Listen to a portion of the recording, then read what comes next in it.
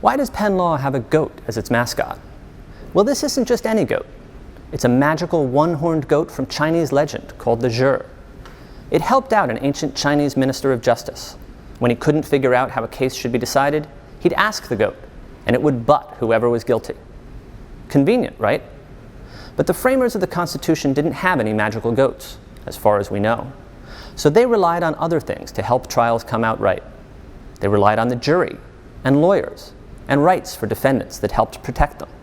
And that's what we're talking about in this module, the rights of criminal defendants, the Constitution for when you run out of magic goats.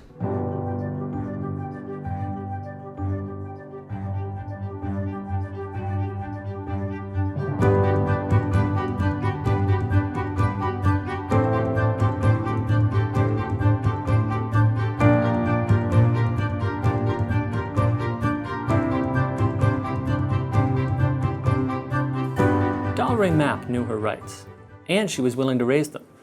So when the police came to her door, what did she do? She asserted her Fourth Amendment rights.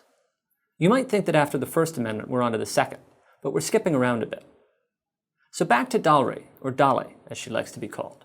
The police are knocking at her door, demanding that they search the place. She knew that she was protected against unreasonable searches and seizures. She asked to see the warrant. And Ms. Mapp said to them, "Do you have a search warrant?"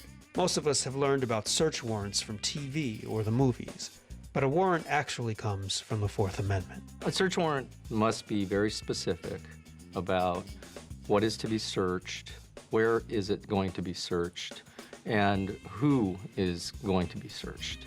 And it must be signed by a judge who is neutral, who can read the document and determine that probable cause actually exists for going into this person's house or car or place of business. There's one problem with Dolly's demand. You see, the police didn't have a warrant.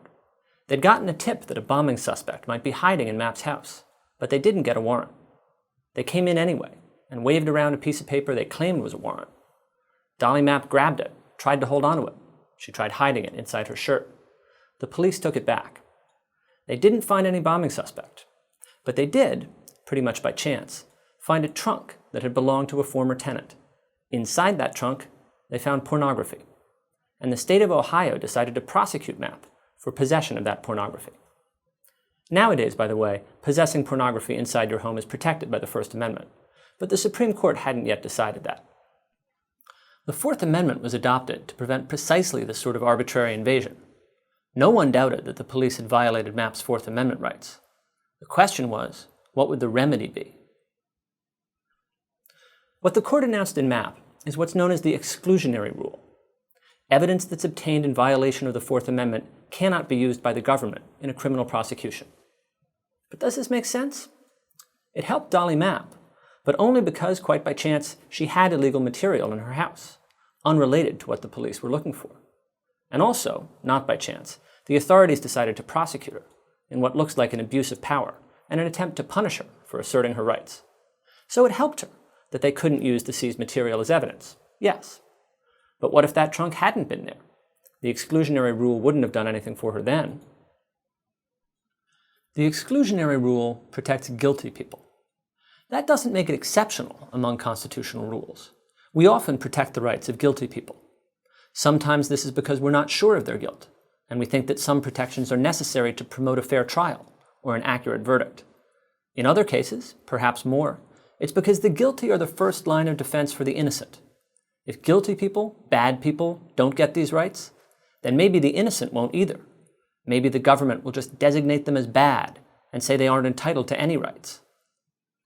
So there are good reasons to protect the rights of guilty people. Some rights anyway. Rights that make sure they really are guilty, or rights that protect innocent people as well.